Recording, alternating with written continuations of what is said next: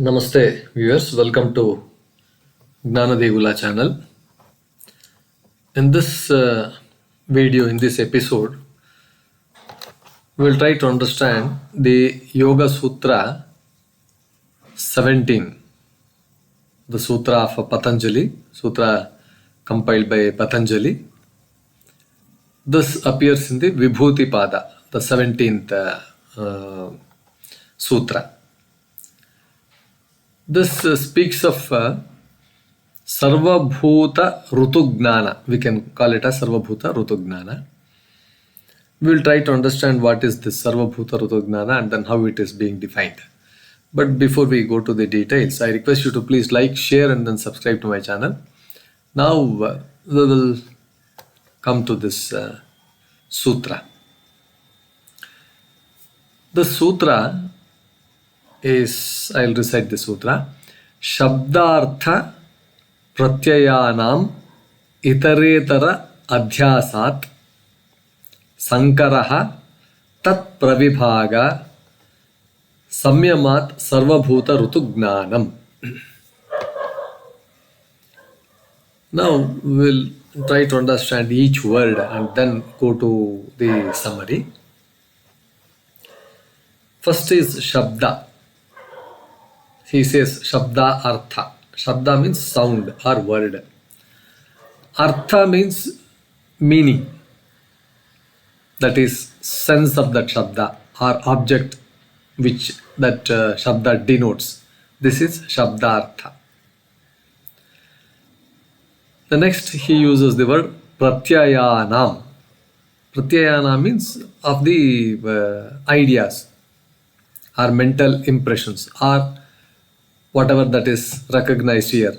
Śabda artha, the ideas that are recognized by the sound and then meaning. Itaretara adhyāsāt. Itaretara, due to mutual superimposition, confusing one for the other. Itaretara adhyāsāt. Because if something else comes and then sits there, if the śabda and artha and the ideas, they coincide, there is no problem. If something else comes and happens, then he says saṅkaraḥ. Saṅkaraḥ means intermixture. Saṅkaraḥ means getting diluted or getting wrong meanings. Intermixed. Indistinguishable blending. See, if it is blend in such a way that, supposing if somebody says that like a elephant. If you say elephant word and then refer its meaning to a child, that it's looking like a bull or something like that, or it is looking like another thing, that śabda and the artha, they get like if it registers in the mind, it becomes totally irrelevant to him, totally not relevant, not coinciding, something like that. So he says saṅkaraḥ, intermixture, indistinguishable blending, tat-pravibhāga. Then clear differentiation of that sound, its meaning and mental content. Samyamat, by the practice of Samyama, combined concentration, meditation and absorption of all these things. Sarvabhuta rutugnānam. So, you will gain the knowledge of the speech, bhuta, cries or language of all beings, speech or whatever the sounds or languages of all beings. This is the meaning of each word. Now, let's try to, it means because of mutual superimposition of sound, of word, of meaning and the idea, there is a confusion. So by Samyama and their clear distinction, you get the knowledge of the languages of all beings. That is how it is. Okay, it can be translated. Now let's try to understand a little more detail in this. The sutra belongs to Vibhuti-pada. That is chapter on special attainments. Vibhuti means special things, which you gain. That is the Vibhuti Pada. Ordinarily, when we listen to a sound, when we hear a sound, three things are linked.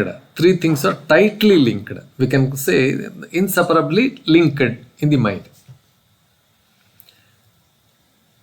One is śabda, that is the raw sound or the word heard. The second one is artha, the meaning or object intended. And the third is pratyaya, the mental image or idea associated with that meaning. First is śabda, next is artha, then pratyaya, the raw sound, the meaning of the object intended, the mental image or idea associated with that meaning. Because of continuous and constant usage and memory, all these three, they fuse together, they combine together and are heard. And when you hear that, it is hard to separate all these three together. So, constant usage and memory, these three fuse together. That is śabda, artha and pratyaya. They fuse together and are hard to separate them. Now, for example, when you hear the word cow, when you hear the word go, goa, gavaha, something like that, we don't just hear sound. When you say cow, immediately the meaning of the cow and the mental image of the cow arise together. When you say book, immediately the picture of a book arises in the mind. The book is linked to that picture of that book in the mind, all those things. They arise together. This is called adhyāsāt. What is adhyāsāt? Adhyāsāt, aropa, all these things, they are all used in philosophy very, they have some profound thoughts.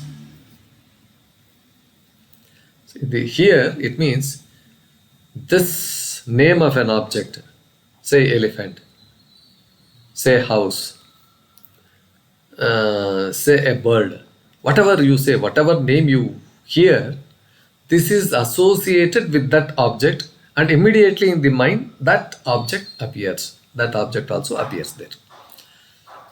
So this is adhyāsāt, superimposition.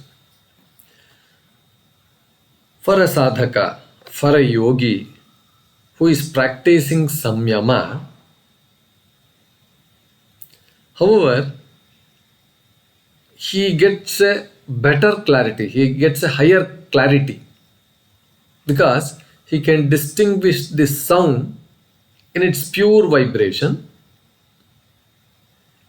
the meaning intended, and the mental impression separately. Please note this. The distinction he can make is pure vibration. Vibration of that sound, onkara or whatever it is. Then the meaning, intended meaning, and the mental impression separately. So, by mastering this distinction, he is more sensitive to the true vibrations of that, of all beings, whether animals, birds, or even subtle things. So thus he gains sarva bhuta rutu gnana, knowledge of all creaturely expressions. See, this is a beautiful sutra wherein it suggests that a yogi can understand the knowledge, that the yogi can understand the intended knowledge of sarva bhuta, of all creatures.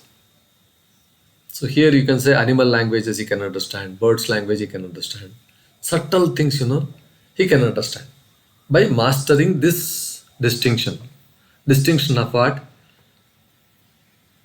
The pure vibration, the meaning intended, and the mental impression separately. Thus he gains sarvabhuta rutugnana, knowledge of all creaturely expressions. This is not merely some kind of a linguistic skill. It's not to be mistaken that I am able to understand the language of the animals, language of the birds, language of all those things, creatures. But an inner perception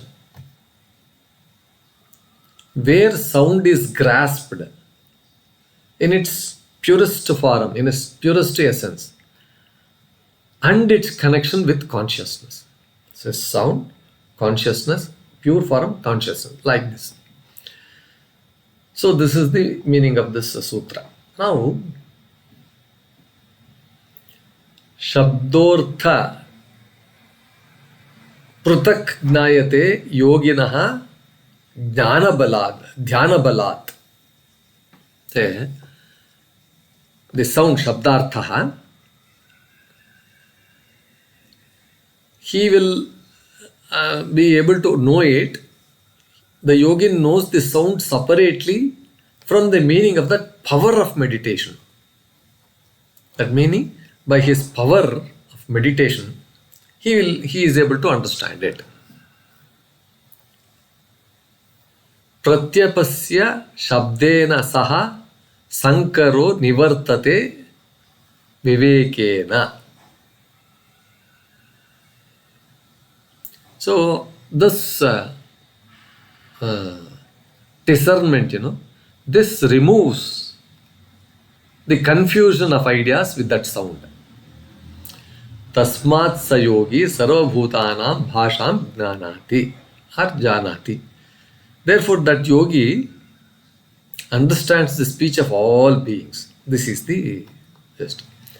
Yes, this is the meaning of the sutra. With this, we conclude this. I hope this was quite interesting. Please like, share, and then subscribe to my channel. Thank you, viewers, for your valuable time in listening to this. Thank you.